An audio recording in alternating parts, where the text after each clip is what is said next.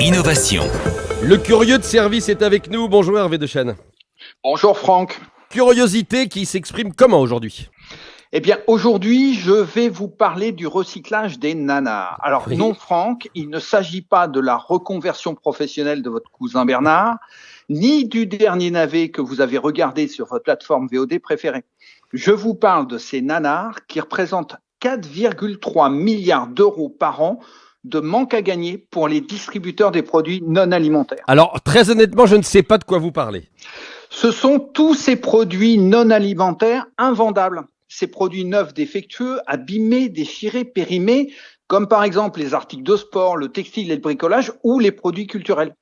Jusqu'à présent, les distributeurs avaient tendance à les glisser sous le tapis, comprendre par là, détruire ou jeter, et dans trop rares cas, leur donner à des associations. Mais voilà, ça c'était avant le 1er janvier 2022. Oui, avant la loi qu'on appelle AGEC, c'est-à-dire agir contre le gaspillage et pour l'économie circulaire. Ouais, exactement, Franck. Depuis le 1er janvier, la loi interdit la destruction de ces invendus non alimentaires. Mais les distributeurs, au niveau de leurs magasins, qui commercialisent une très grande variété de produits, sont souvent fort démunis pour faire face à ces obligations, par manque de temps et de main-d'œuvre dédiée, mais également de connaissance des filières de recyclage ou de réemploi pour chacun de ces produits. Et c'est sans compter sur l'obligation que l'on connaît de traçabilité qui leur est faite. Et une start-up a donc la solution. Bien sûr, il s'agit de la société Humain. Elle fournit un service clé en main aux distributeurs de gestion globale de la seconde vie de ces produits invendables. Elle apporte une solution simple, non chronophage pour les équipes, qui comprend la récupération sans tri préalable de tous les produits, un seul interlocuteur pour toutes les filières de recyclage et une traçabilité totale sur la valorisation.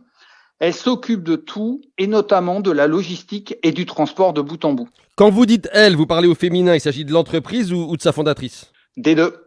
Car à l'origine de l'entreprise, il y a Elodie Ozen. C'est une jeune femme talentueuse, diplômée d'une business school et d'un master avec une spécialisation en développement durable.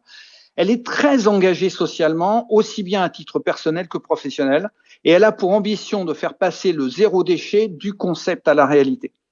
Pour cela, elle a créé, structuré et informatisé toute une filière logistique de gestion de la seconde vie de ses produits. Alors, il nous reste 30 secondes. Elle en est où de son développement? Elle a caractérisé et analysé plus de 400 produits différents. Pour chaque produit, ils sont capables de déterminer son état et s'il peut faire l'objet d'un don, d'un réemploi, d'une valorisation ou d'un recyclage. Et très rapidement, est-ce qu'il y a des concurrents sur ce marché? Ouais, les prestataires actuels de la filière déchets, mais justement, son avantage, c'est d'avoir un guichet unique pour les distributeurs.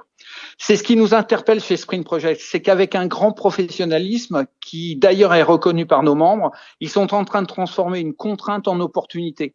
En fait, avec le recyclage de ces nanas, ils créent de nouveaux flux logistiques. Par effet collatéral, faire du bien à la nature revient désormais à faire du bien à notre secteur. Parfait, merci Hervé, à bientôt.